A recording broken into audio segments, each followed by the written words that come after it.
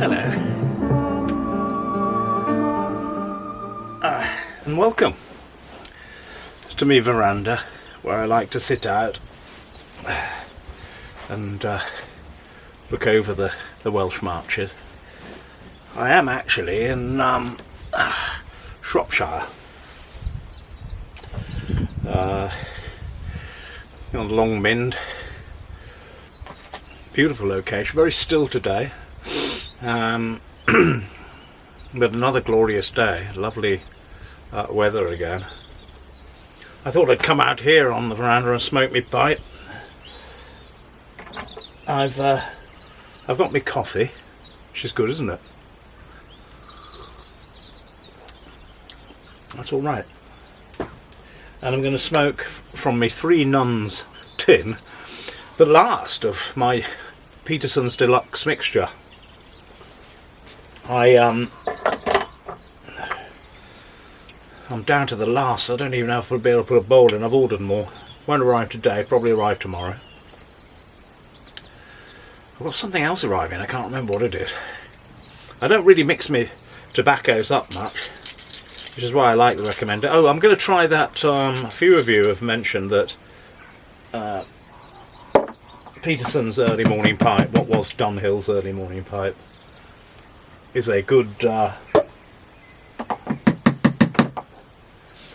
tobacco. I've never tried it. Been disappointed in a lot of those mild English tobacco, so I'm gonna, and you'll be hearing from me if it's not as good as you say it is. I think I said yesterday, didn't I, that everybody's got opinions on everything, not just tobacco. I mean, really, you're listening to my opinions, aren't you, a lot of the time?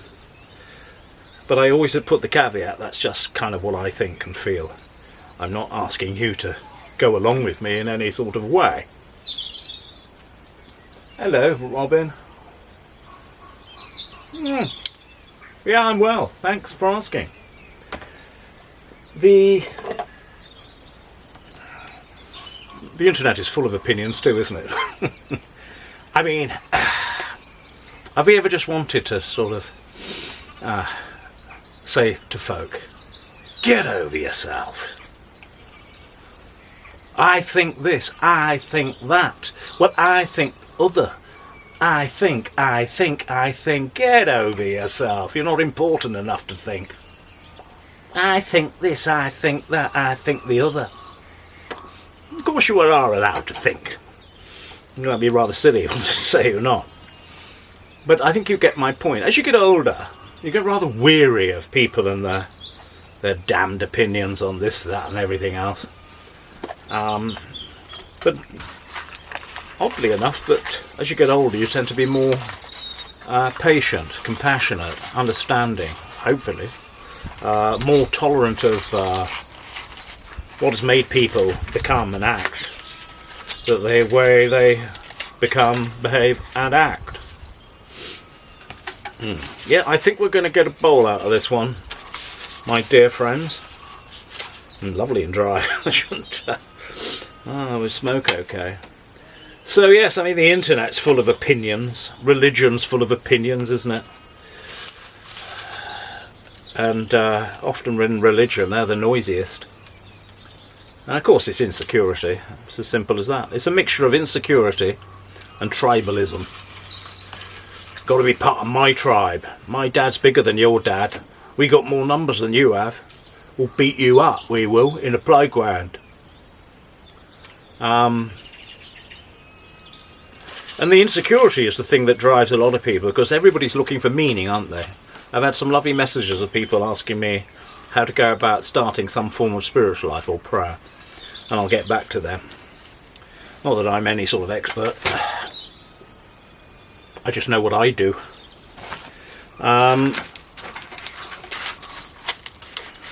But yes, a lot of it is driven by tribalism and insecurity. A lot of white folk seem to be converting, although it's often very short-lived, to Islam. And when interviewed about this, invariably what they say is, well, it sort of tells you what to think and how to behave and how to live. Gives you a set of rules. And some people like that. They like an orderly life where they're told what to think and what to do and how to behave and what to wear. A bit like the army. I hated it. Although I did look rather smart in my cavalry uniform and my jodhpur boots and my swagger stick. Rather fetching. So some people, yeah, people do like that sort of thing. But I'm not sure it's got to do with... Sorry, I was eating dates earlier. Medjool dates. Exceptionally good in the morning to get you going. It's no wonder the Muslims eat it to break their fast at Ramadan. They drink camel's milk and a date. Can't remember how many dates they eat. There is a number. 2 is unlucky, they say. It might be 3, 1 or 3, but 2 has to be some sort of particular number to break the fast before they pray. Is it iftar? I can't remember. The evening prayer. I can actually sing in Arabic. I wanted to visit the temple dome up in the dome. Is it the temple? The dome of the rock. And you have to be a Muslim to go up. And they got these police, and they interview you to see if you're the right faith or not to go in. And I was turned away once, and they'll ask you to like quote the Quran or something. And so I went away and learnt it. And so when I came back, this very brown-faced individual with a big beard and a machine gun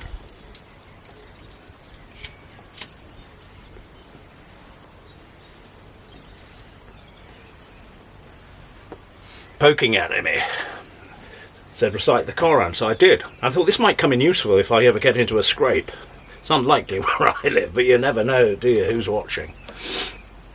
And so I just looked at him and I went, Alhamdulillahi Rabbil Alameen, Ir-Rahmanir Rahim, Maliki Yawmiddin, Iyyaka na'budu wa iyyaka nasta'in, Adina Siratul Mustaqim, Adina Siratul An'amta alayhim, غير المغضوب عليهم ولا الضالين. I was straight in. Hope you enjoyed that.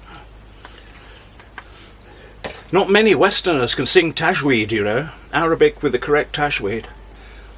Well, there we go. I love doing it to Amazon drivers when they come. Assalamu alaikum. And then I learned, that was the Al-Fatiha, by the way, the opening surah to the Quran. And so it's a good way to get chatting to them. And then I tell them why they're wrong. But, like I say, that's my opinion. I believe it to be true, too. But there we go. Please don't come and behead me.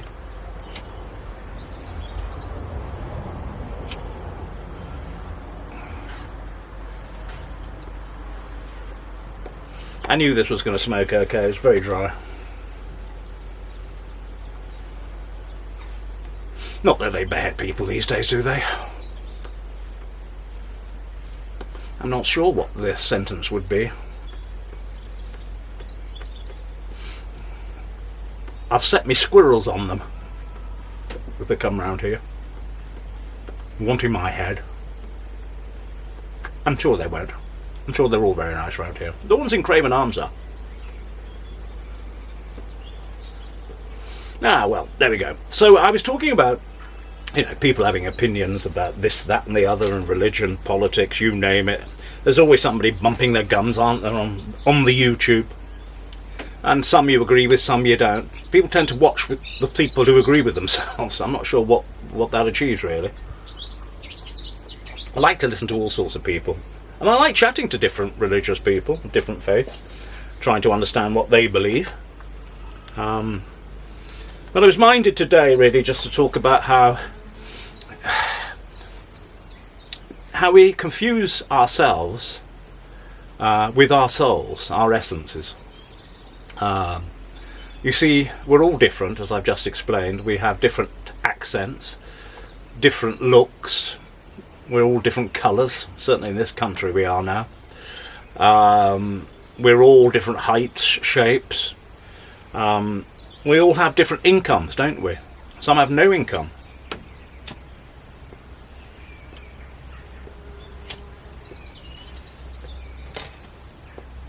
Some pretty posh. Some people are less posh. We have a very much, well, I think it's going, but we have very much a class system in this country for you American viewers and others that might be looking in. And I suppose it's there under the surface still. And the problem is we identify ourselves with all of these things. You know, I am the person who is a staunch Catholic. These are my views. This is how I look. This is how I stand. This is where I go. This is what I do. This is what I believe. This is me. But it's not really you at all. It's not you. It's not even a fraction of you. You see, the you, the essence, is entirely unmoved by all of this. Because what happens if the next year you decide to become Orthodox? I can hear the Orthodox people going, yes! Has you changed? Has your essential soul essence changed? In any real sense? Your opinions have changed, your religious views have changed, but your essence remains the same as it always was. The very essence that, you know, we're born with. I call it essence, I sometimes call it soul. Call it what you like. It's just a name, isn't it? But that quintessential inner you that is unique, that can change on the outside, this perception of your essence, but it's not your essence, it's not your soul. So in other words, your views can change. I know people who spout away, don't they, on the YouTube. I think Hitchens was one, wasn't he? He was a communist, now right-wing Tory.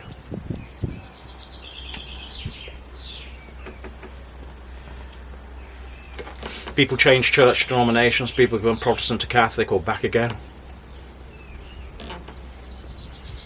You could be married and then divorced, but your essence hasn't changed. You could train your accent to lose a regional accent and speak in a BBC, they call it BBC English. Or if you're an actor, I used to be an actor, they call it received pronunciation. But you haven't changed, your soul.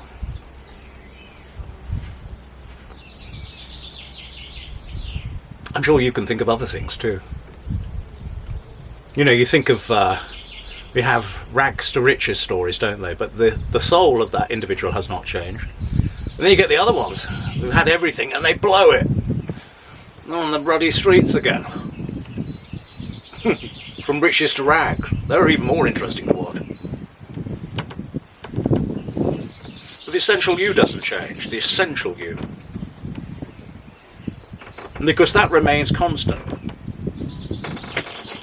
All these other things are on the surface. They are like literally the rings of an onion. You're in there somewhere. They're accretions.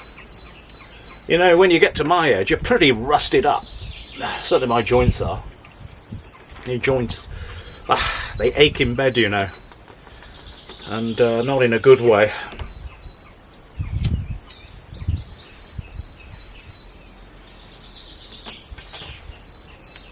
So you have all these accretions which you either are brought up with. Some people can't help the way they speak, or how much money they have, or what class they are, or dare I say how intelligent they are. And then as you grow up, you might experience a lot of hardship, heartbreak, and that will throw layers, like blankets being thrown onto your soul, covering you up, swaddling you. And all that will have an effect. And change your outer layers. And you might be able to take some of those blankets off, but then the other blankets might get thrown on. And so when you meet people, that's always an interesting thing, isn't it? You know, you meet some people you instinctively like, and there are other people you instinctively dislike.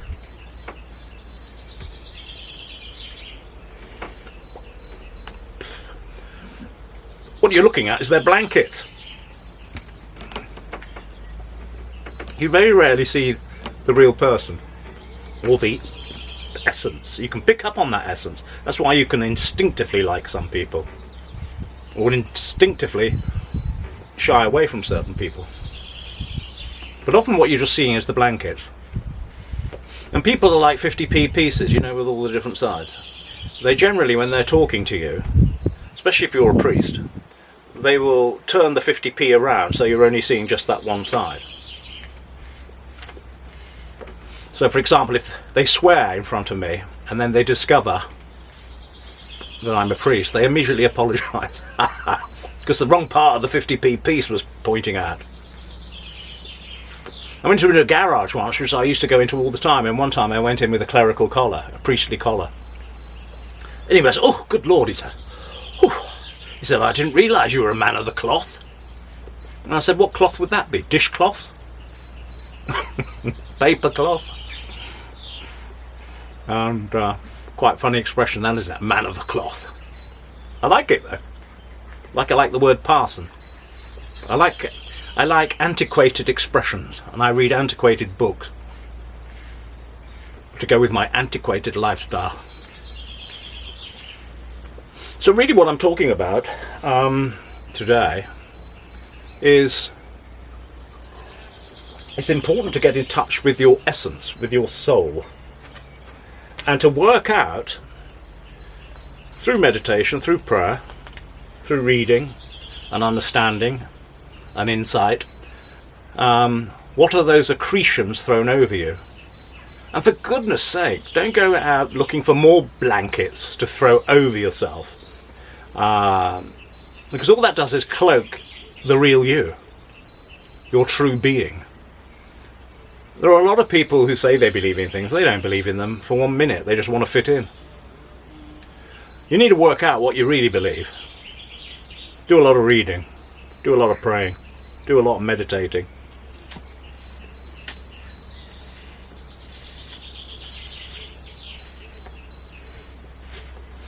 That noise is a blue tit. I've had the robin over there. I've got me blue tit over there. Can you hear him? Now, I don't find this at all disturbing. I find it a good key to understand people and the way people are, and the way you are yourself. But I really want to just leave you with a sort of feeling of hope. Because that untarnished soul, which God created within you, is, I don't know how to put it really. You can bask in the reflected glory of God within your essence. That wonderful perfection that God would have you enjoy. And it takes work to have that mindset.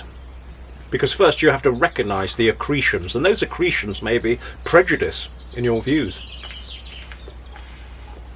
Ignorance as a result of not reading enough and just believing what you're told on television or in the newspapers. So you do have to think for yourself. But that's the process of evaluating. You have to evaluate. You have to evaluate everything I say. I mean, you need to work out whether he's talking a load of rubbish or he's saying something that, oh, that speaks to me. He might be onto something, you know, this priest.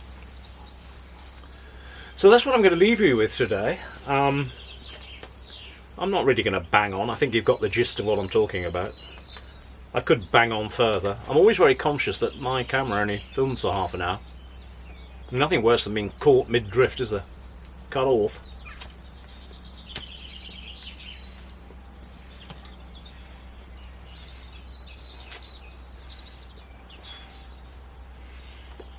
So wherever you are, take on board what I've said in previous videos about taking time out, preferably early, in the first hour of the morning, and try to distinguish between your essence, your soul, and what you actually think you are. Because, you know, people believe their own lies, don't they?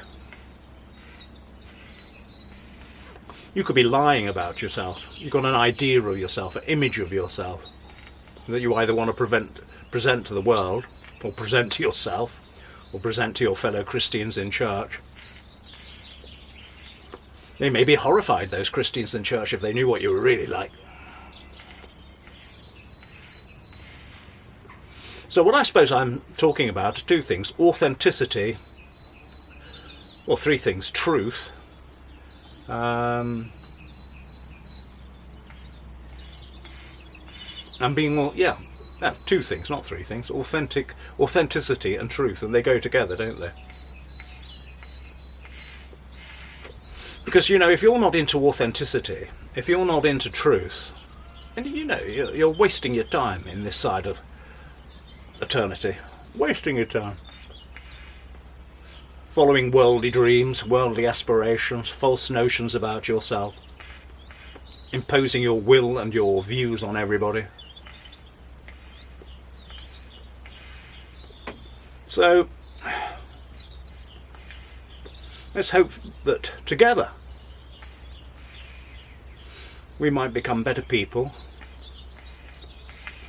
more insightful people. Let's connect.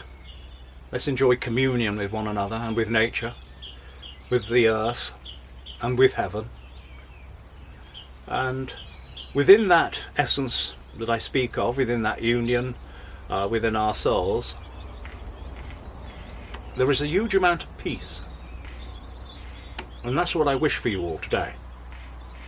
I'm sending out prayers of peace to anybody that might have dropped in for a chat today.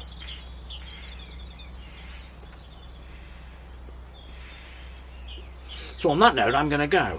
Well, I'm not actually going to go, I'm just going to stay. I'm going to finish this lovely pipe, I'm going to finish my lovely coffee, I'm going to enjoy God's creation, and then I might just go and chop some wood. Thanks for dropping by, see you on the next video, and God bless you all.